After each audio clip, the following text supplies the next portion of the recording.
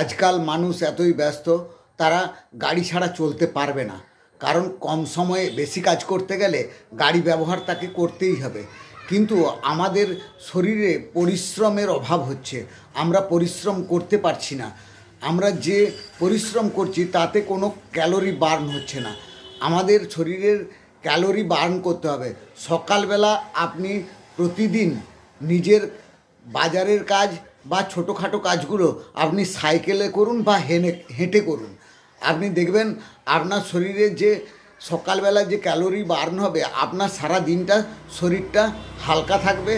আপনি প্রতিদিন অন্তত 1 ঘন্টা আপনি যদি এক্সারসাইজ করার সময় না পান, তবুও আপনি হেঁটে কাজগুলো করুন, দেখবেন আপনার শরীর ভালো থাকবে।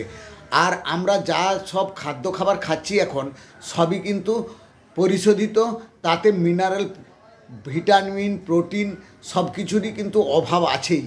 তাই আমাদেরকে খাদ্য খাবার বাঁচলে হবে না, আমাদেরকে সবই খেতে হবে, কম পরিমাণে খেতে হবে। তাতে আমাদের শরীর সুস্থ থাকবে, ভালো থাকবে। আর আপনি যদি সবই বেছে খান, তাহলে আপনার শরীরে ভিটামিন, প্রোটিনের অভাব হবেই। তাই আমাদেরকে শরীরচর্চা করতে হবে, সব কিছুই খাদ্য খাবার খেতে হবে, কিন্তু পরিমাণটা একটু কম করে খেতে হবে। খালি পেটে থাকবেন না। শরীর খালি পেটে থাকলে আপনার পিত্ত রস জমবে, তার থেকে গ্যাস, অম্বল সব কিছুই হতে পারে।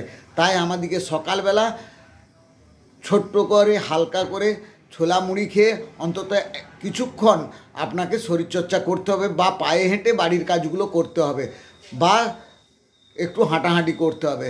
তবে আপনি ভালো থাকবেন, সুস্থ থাকবেন।